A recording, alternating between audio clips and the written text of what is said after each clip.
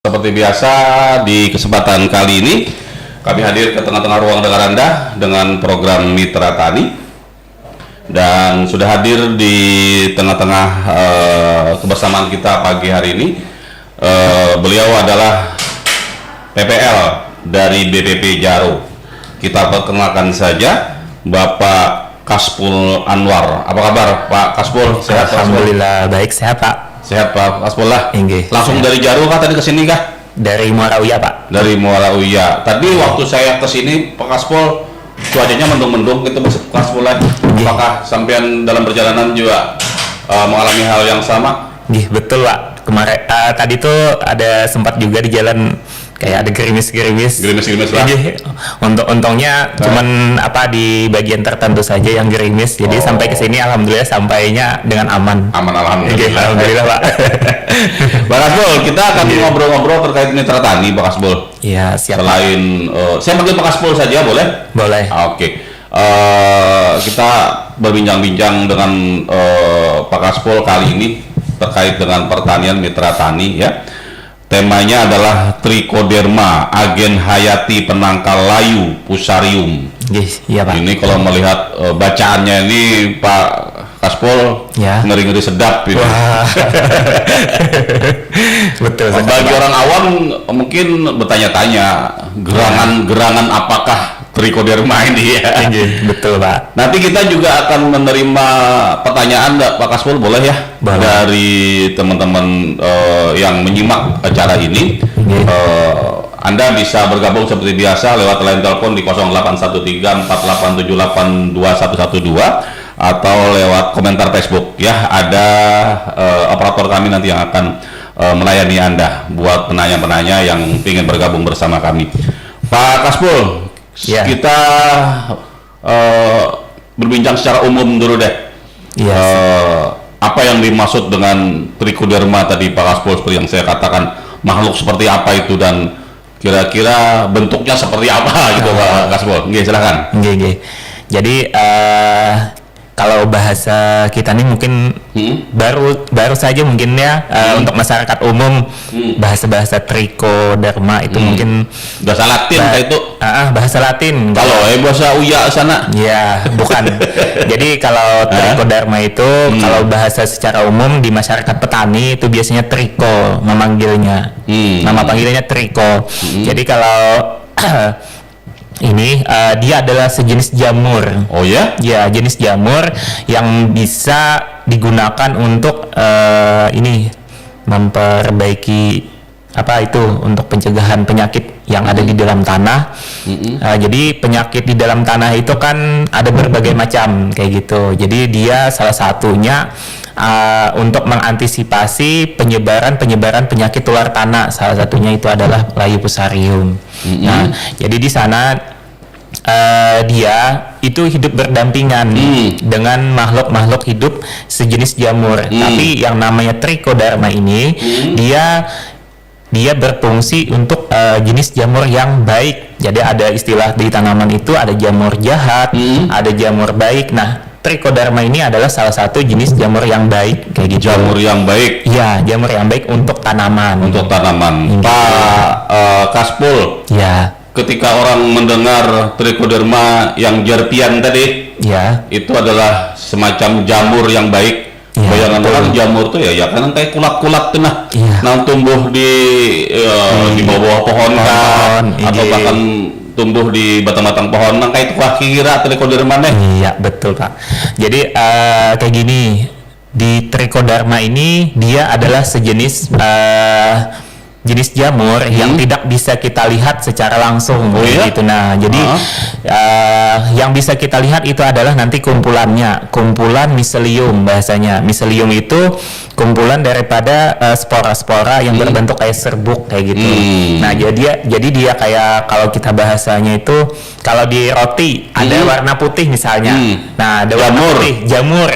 Nah, kumpulan Trichoderma itu seperti itu juga. Nah, namun untuk di warnanya itu warnanya biasanya warna hijau. Hijaunya lebih ada beberapa warna, ada yang warna hijau gelap, ada yang agak kekuning-kuningan itu tergantung dari spesiesnya.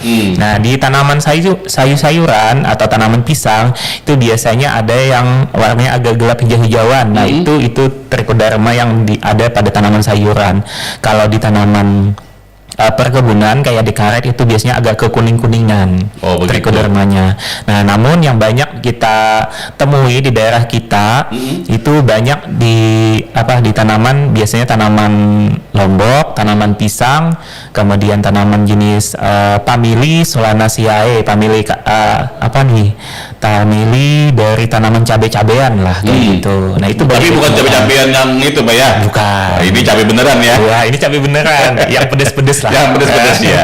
Oke, Pak Kasmul, sebelum kita kupas lebih jauh nih tentang trichoderma, tadi juga judulnya aja penangkal layu fusarium ya. Iya, betul. Apa lagi gerangan yang dimaksud dengan layu fusarium tadi, Pak Kasmul? Baik, Pak. Teman-teman, untuk yang khususnya yang biasa nanam cabai, ini ada salah satu penyakit kayak gitu untuk memelihara tanaman cabai. Jadi penyakitnya itu dinamakan layu fusarium. Penyakitnya itu ya? Iya. Jadi dia adalah jenis jamur juga. Jenis jamur. Nah, layu fusarium ini nama ilmiahnya itu Fusarium oxysporum. Nah, dia menyerang melalui perakaran. Jadi melalui perakaran dia mengelilingi perakaran si tanaman cabai ataupun familinya tadi. Nah, jadi dia meletakkan sporanya di dalam perakaran, kemudian nanti akan membusuk di bagian perakaran tanaman cabai-cabian tadi. Nah, kemudian lama-kelamaan ini akan menyebar miselium jamur layu fusarium tadi, si fusariumnya. Nanti pada saat tanaman itu harusnya tanaman sehat, itu justru tanaman itu begini, daunnya layu-layu, kemudian mulai menguning, terus harusnya tanaman itu segar, disiram dengan air misalnya kayak gitu, atau turun hujan, itu tanamannya tetap layu. Oh ya? Ya, tanamannya tetap layu, seharusnya kan itu tanaman sehat. Nah, kemudian lama-kelamaan daunnya rontok. Nah, apabila kita bongkar di bagian perakaran, ini biasanya ada miselium warna putih. Jadi semacam kayak bahasa kitanya kulat ya. Ya, kulat, ada bekulat di bagian perakarannya. Nah, ini akan merusak bagian perakaran, makanya tanaman itu biasanya akan mati. Nah, selain itu juga fusarium ini akan menyebar ke pokok tanaman lainnya. Jadi satu yang kena, ini ada indikasi beberapa pohon di sekelilingnya itu akan bakalan kena. Jorong Banjar melalar. Iya, betul sekali. Jadi melalar tanaman ini kena jamur ya, layu fusariumnya. Seberapa parah, Pak Kaspul, layu fusarium ini ya menyebar ke tanaman-tanaman ini? Jadi kalau layu fusarium ini yang namanya layu, otomatis kan namanya akan mati, Pak. Walaupun kita beri pupuk kah atau misalnya air kah kayak gitu, tetap dia akan mati kayak gitu. Jadi kalau dia sudah kena layu fusarium, tamatlah percabean. Berarti tidak ada lagi cabai-cabian ya.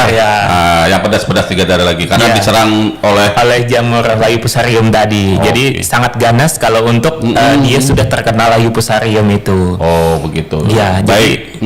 Jadi dibandingkan presentasi antara yang misalnya kena serangan Phytophthora, jenis penyakit yang lain, jamur lain, dengan bandingannya dengan kena layu fusarium, lebih parah layu fusarium ini karena kan bisa menghabiskan, dan di satu pohon kan sudah habis, nggak bisa lagi berbuah. Oh, begitu ya. Otomatis kan hasil produksinya tidak bisa dipakai kayak gitu.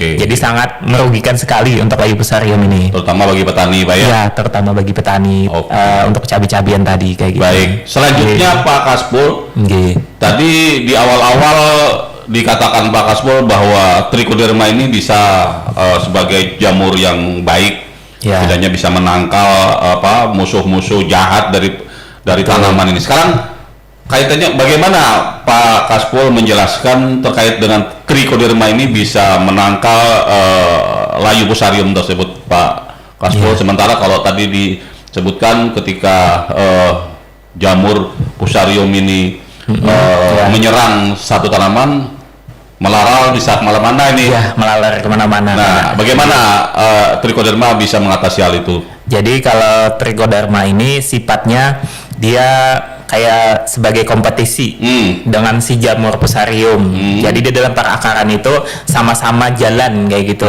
Si jamur trichoderma ingin hidup di dalam perakaran, si layu fusarium tadi juga demikian hidup juga di perakaran. Nah, namun dia akan kalah bersaing dalam hal nutrisi, nutrisi atau makan. Jadi si jamur trichoderma ini dia memakan nutrisi-nutrisi yang ada di dalam sini, otomatis dia akan si jamur fusariumnya akan kalah kayak gitu. Jadi dia akan bersaing di pertanaman itu. Jadi dia bersaing dalam hal ruang perakaran, kemudian menyaingi juga masalah makannya. Jadi kan setiap manusia itu perlu makan, sama juga jamur.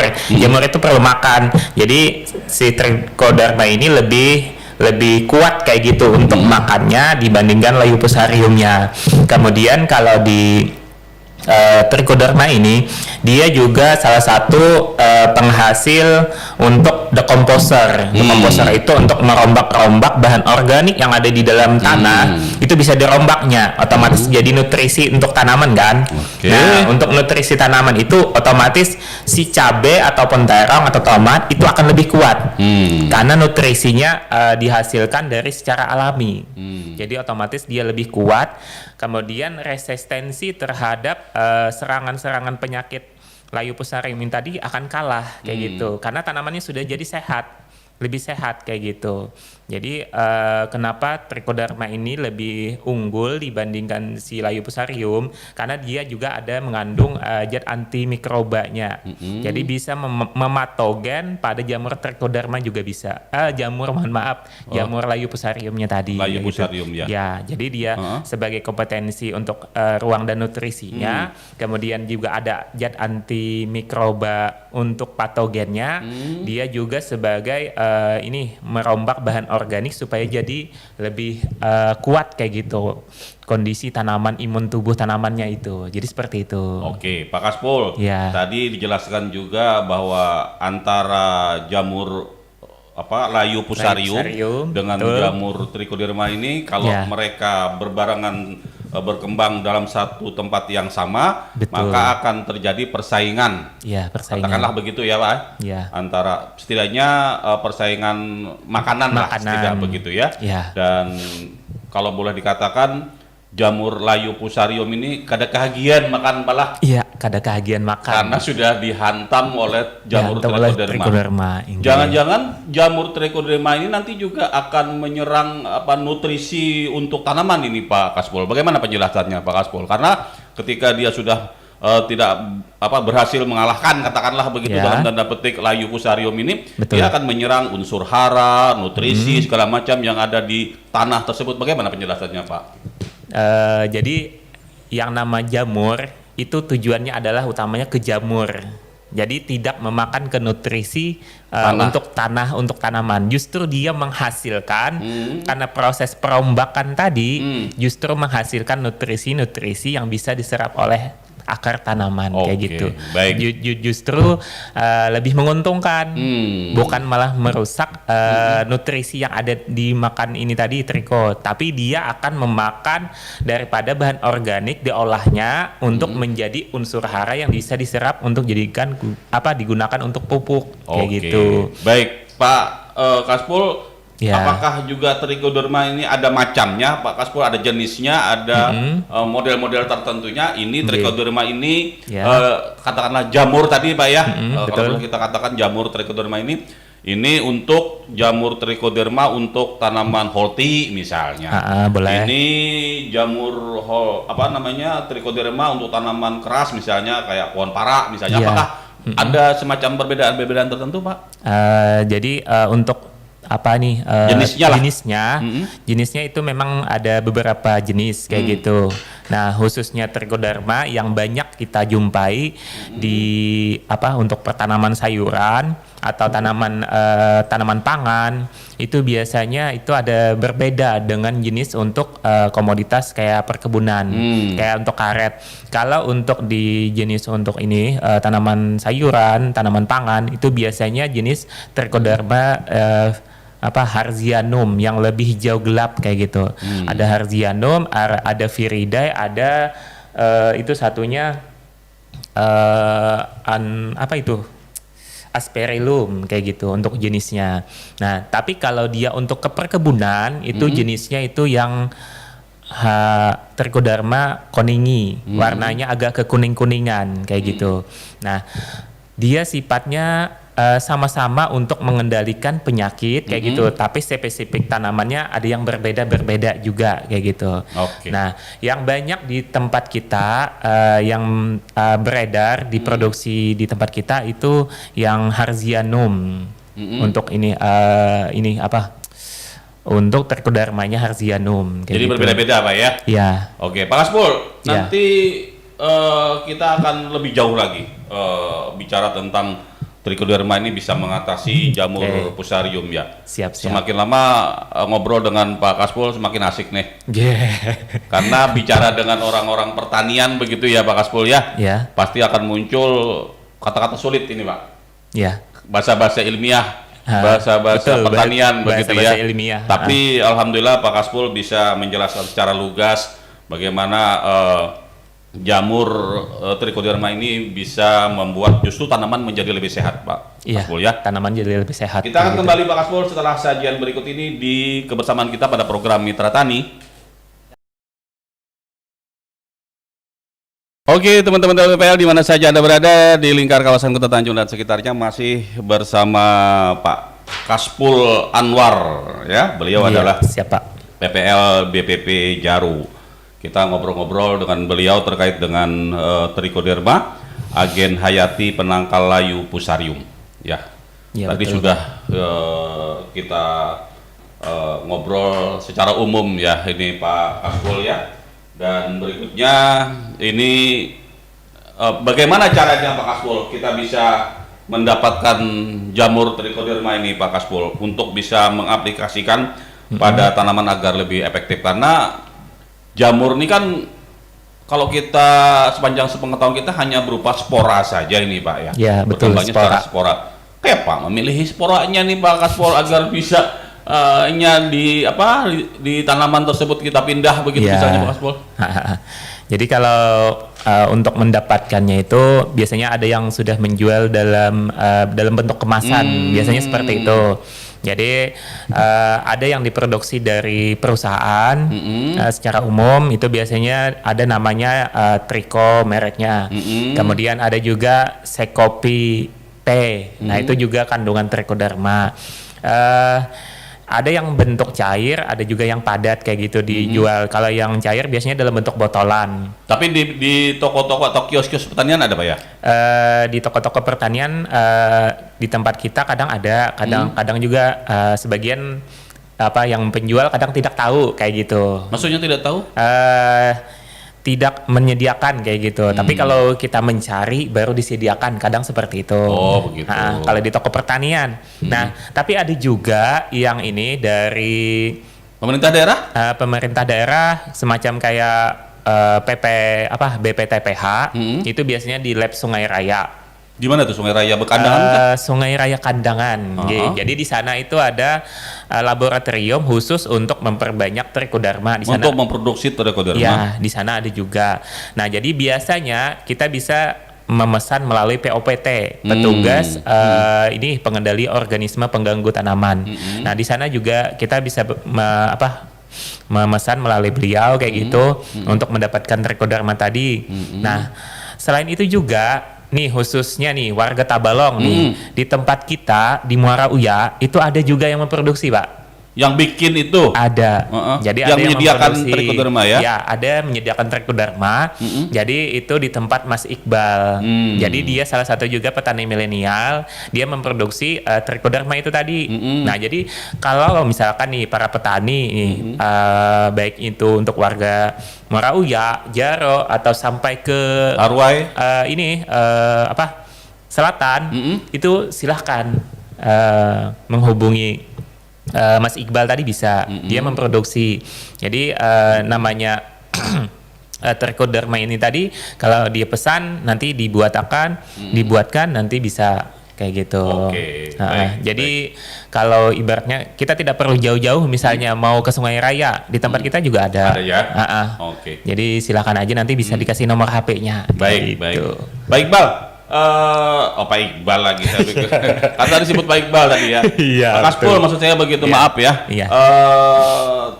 Pada saat apa sih Pak Kaspul tanaman itu perlu diberi jamur trichoderma tadi, Pak Kaspul? Dan saat apa? Maksudnya waktu kapan pemberian yang paling bagus untuk pemberian trichoderma tadi, Pak Kaspul?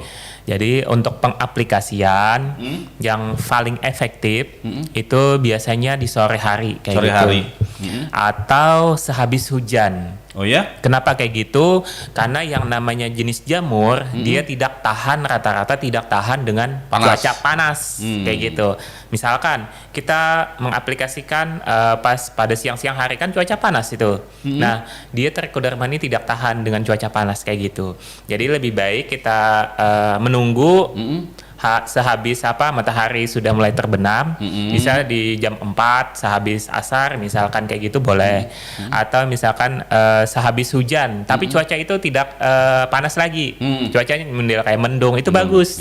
Jadi dia suka yang kayak lembab kayak gitu kondisinya, redup gitu ya. Redup.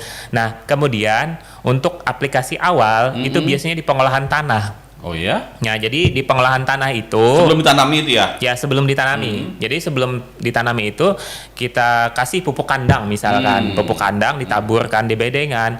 Semprotkan saja trichoderma tadi. Semprotkan aja trichoderma tadi. Kalau dia dalam bentuk beras nanti ini taburkan, bisa dikasih air dulu. Kasih air, kemudian airnya tadi disemprotkan. Disemprotkan. Kalau dia yang cair, trikonya langsung dicairkan aja kayak gitu. Jadi kalau untuk aplikasi pertama di pengolahan tanah. Kalau untuk kita membuat kompos ini juga lebih baik. Waktu membuat kompos ini ada pupuk kandang, kita komposkan, fermentasi. Supaya apa? Kadang di pupuk kandang ini dia ada jenis jamur-jamur jahat bahasanya kayak gitu yang bisa merusak. Nah, dengan adanya triko tadi dia mampu untuk merusak jamur jahat tadi kayak gitu. Nah, di pupuk kandang tadi sudah jadi kita fermentasi jadi pupuk namanya triko kompos. Nah, itu bisa diaplikasikan waktu pengolahan tanah, diolah tanah di kultivator, biasanya dicacah, habis itu ditutup mulsa. Nah, selanjutnya bisa lagi diaplikasikan pada saat waktu sudah tanaman tumbuh umur 1 minggu misalkan, supaya imun tanaman itu kuat. Itu kita semprotkan dengan ini, dikocorkan di perakarannya itu. Bisa dengan dosis 100 1 gelas 200 ml kan. Nah, itu 1 pohon dikocorkan. Oh, cukup banyak Bar ya? Ya. Jadi supaya apa? Supaya dia imun tubuh tanaman ini kuat kayak gitu. Selain itu kan fungsinya bukan sekedar untuk layu pusarium, menyuburkan tanaman juga iya. Kayak gitu, karena dia menghasilkan merombak bahan organik tadi supaya menjadi unsur yang bisa diserap tanaman. Jadi aplikasinya sebelum tanam, setelah tanam, bisa dilanjutkan nanti intervalnya misalnya 1-2 minggu bisa diaplikasikan lagi. Seperti itu mungkin. Tadi Pak Kaspul menceritakan bagus dicampur pada saat dengan pupuk kandang. Pupuk kandang, iya betul. Dan nah, sekarang apakah tidak semacam tumpang tindih ini Pak Kaspul ketika kita mencampur trichoderma untuk mengatasi layu pusarium tadi dengan pupuk kandang, itu tadi apakah tidak terjadi ya semacam benturan lah di alam mereka sana Pak Kaspul ya terhadap katakanlah nutrisi daripada tanaman ini Pak Kasbul? Tadi kan sudah ada trichoderma, dicampur lagi Pupuk dengan kandang. pupuk kandang, bahkan pupuk yang lain atau bahkan dengan pestisida, bagaimana nih Pak Kasbul? Ya, jadi kalau masalah tumpang tindih, yang namanya trichoderma tadi dia adalah makanannya bahan organik, Pak. Nah, makanannya bahan organik. Nah, jadi beda-beda gitu ya? Ya, jadi kalau dia ada bahan organik, justru dia malah meningkatkan nutrisinya, memperbanyak jamur trikonya. Yang asalnya misalnya jumlahnya cuman kerapatannya 1 pangkat 1000 bahasanya makhluknya itu bisa meningkat jadi 10.000 kayak gitu. Baik. Ya, seperti itu. Oke Pak Kasbul, kita harus break dulu. Iya, siap. Nanti kita insya Allah juga kalau misalnya ada pemirsa yang bergabung, kita akan menjawabnya Pak Kasbul ya.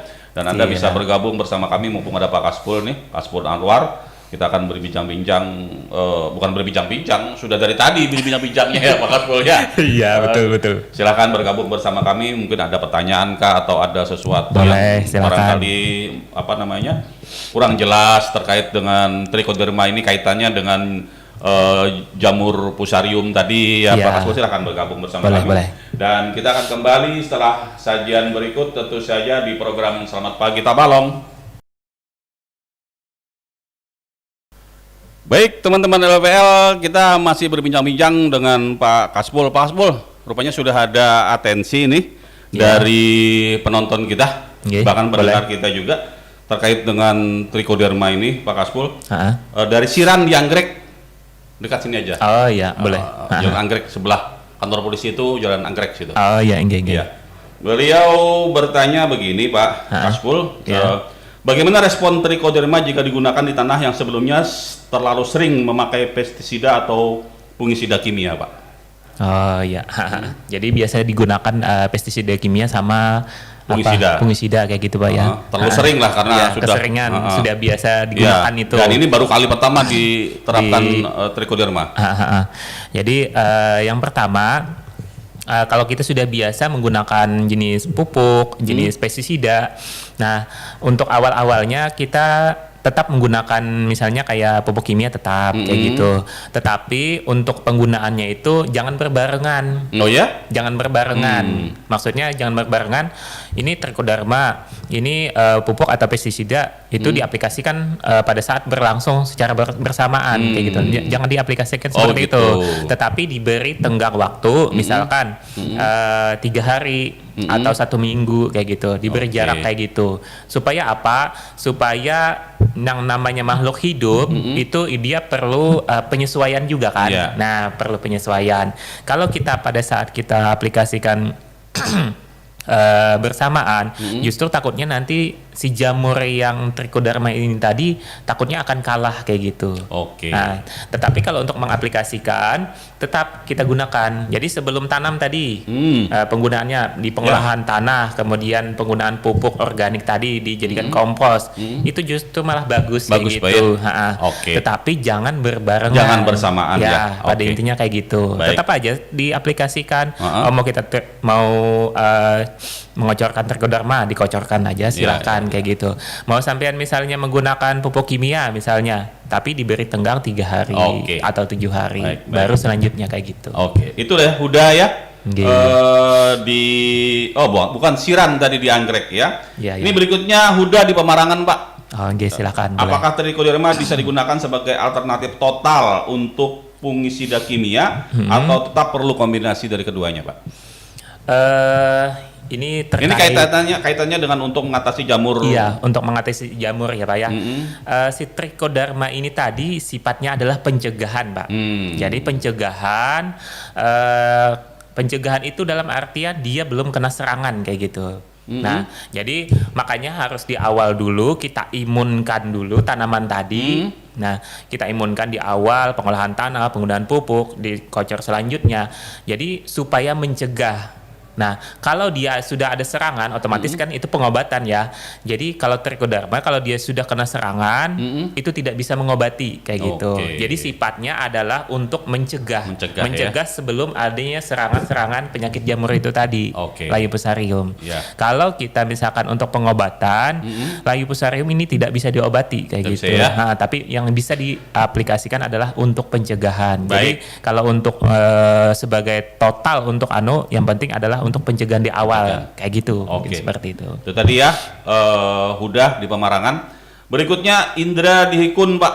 Bolehkah trichoderma diaplikasikan ke tanaman lain selain hortikultura, misalnya karet, Ya. sawit, atau bahkan padi, Pak, misalnya?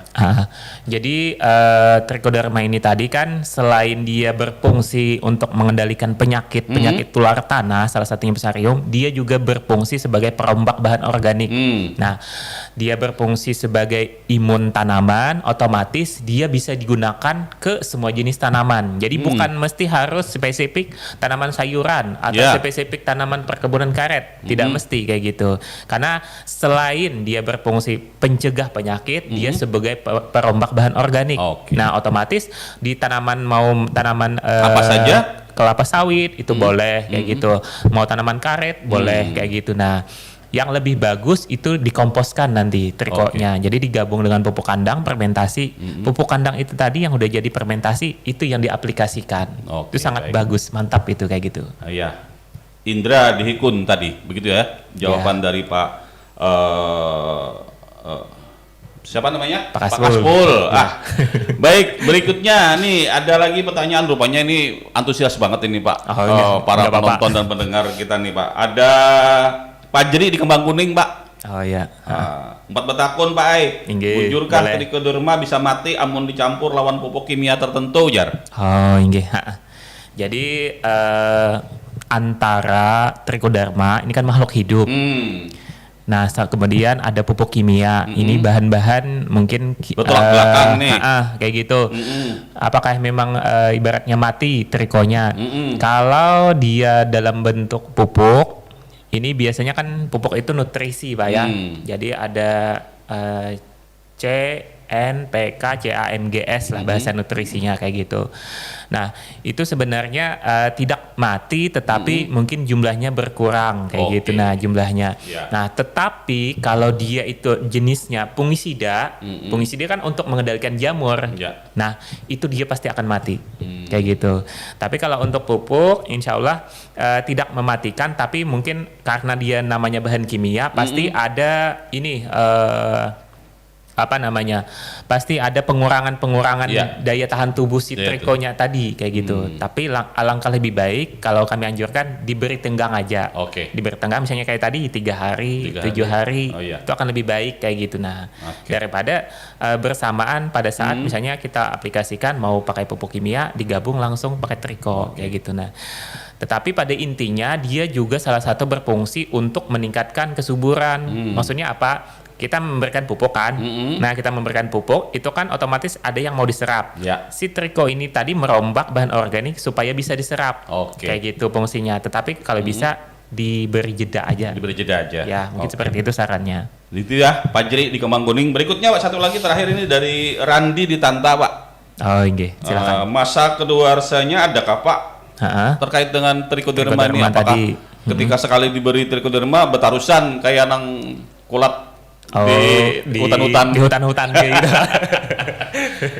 Kulat bantilung, kulat karikit misalnya gitu, tumbuh terus setiap tahun gitu, Tiap Pak? tahun tumbuh terus, Nah, bagaimana ini kalau terkait dengan trichoderma, Pak? Jadi makhluk hidup ketika kita berikan ke tanah, selama dia ibaratnya kondisi tanahnya kondusif, artinya bahan organiknya ada kayak gitu. Nah, bahan makanannya ada, dia akan tumbuh di perakaran tadi kayak gitu. Nah, tetapi kalau masa dia di suhu ruangan kayak biasa kayak kita simpan nih, ada produk trichoderma kayak gitu kita simpan. Nah, itu memang ada masa kadaluarsanya. Jadi kalau di suhu ruangan biasa, suhu kamar itu normalnya itu bisa 3 bulan sampai 6 bulan kayak gitu. Nah, tapi melihat di kondisi tanah trikonya juga, dia akan dicirikan dengan warna hijau. Nah, apabila warna hijaunya ini berubah semakin lama semakin putih, kemudian terakhir semakin kuning. Maka rusak gitu Pak ya. Nah, itu berarti dia ada perubahan ini tadi makhluk hidupnya berkurang kayak gitu. Nah, kemudian lama-kelamaan dia biasanya warna kuning, ada juga bisa teridentifikasi kontaminasi kayak gitu. Nah, itu bisa juga masa kadaluarsa mengurangi kayak gitu. Ya standarnya ya anggap 3 bulan lah kayak gitu. Nah, tapi kalau untuk awet Pak ada triknya kayak gini. Masukkan ke dalam kulkas. Oh ya? Masukkan ke dalam kulkas. Nah, itu bisa bertahan sampai 1 tahun. Nah, kalau mau saat menggunakan kita ambil di kulkas nih. Kalau ada sisa kita tetap masukkan ke kulkas lagi. Jadi kalau nanti habis di kulkas, jangan dibiarkan di suhu ruangan biasa kamar. Karena apa? Kalau pada saat di suhu ruangan kamar, dia ketika di kulkas itu justru malah lebih cepat membusuknya kayak gitu. Jadi untuk triknya kalau mau awet, masukkan ke dalam kulkas. Ya. Sama ini tempat kemasannya itu kan ada yang transparan, ada yang tertutup. Nah, kalau dia yang supaya lebih awet itu bagusnya yang tertutup, supaya jangan kena cahaya matahari. Ya, itu mempengaruhi juga. Jadi masa kadaluarsa itu tergantung dari bahannya itu tadi, kemudian pengelolaan kemasan, sama daya simpan kemana kita menyimpannya. Mungkin seperti itu. Terakhir, Pak Kasful Anwar. Singkat saja, apa yang akan Anda katakan pada para petani terkait trichoderma ini kaitannya dengan mengatasi layu fusarium tadi? Silahkan terakhir. Jadi untuk warga seluruh Tabalong maupun sekitarnya dan di seluruh Indonesia, saat ini kita lagi menggalakkan pertanian ramah lingkungan kayak gitu. Nah, tujuannya apa? Karena di tempat kita yang penggunaan bahan-bahan kimia itu makin tahun makin salah satunya ada dampak residunya. Jadi saran kami gunakan untuk masa-masa pencegahan, silahkan kita gunakan penggunaan bahan-bahan organik, salah satunya Agensia Hayati Trichoderma ini tadi. Karena apa? Biayanya lebih murah dibandingkan penggunaan pestisida ataupun bahan-bahan kimia lainnya. Nah, tetap kalau pada saat awal masa-masa transisi, misalnya kita baru menggunakan penggunaan bahan organik, tetap dibarengi dengan penggunaan bahan kimia, tetapi dikurangi jumlahnya. Semakin lama semakin dikurangi ya. Nanti semakin lama penggunaan pupuk kimianya lebih sedikit sampai tidak menggunakan sama sekali. Jadi pada intinya kita manfaatkan apa yang ada di sekitar kita, tidak mesti kita harus membeli sebenarnya kayak gitu. Nah, sebenarnya kalau trichoderma ini kalau kita mau mau rajin sebenarnya bisa dibikin sendiri juga. Seperti itu kayak gitu. Seperti itu, Pak. Baik, terima kasih Bapak Kasful Anwar, PPL BPP Jaru. Mudah-mudahan perbincangan kita ada manfaatnya Pak Kasful. Amin. Bisa mengedukasi masyarakat juga. Dan yang lebih penting lagi bahwa trichoderma ini aman, Pak ya. Insya Allah aman, Pak. Baik. Teman-teman LPL, itu tadi bincang-bincang kita dengan Bapak Kasful Anwar. Terima kasih atas perhatian dan kebersamaannya. Kita akhiri program ini dengan ucapan wabillahi taufik wal hidayah. Wassalamualaikum warahmatullahi wabarakatuh. Waalaikumsalam warahmatullahi wabarakatuh.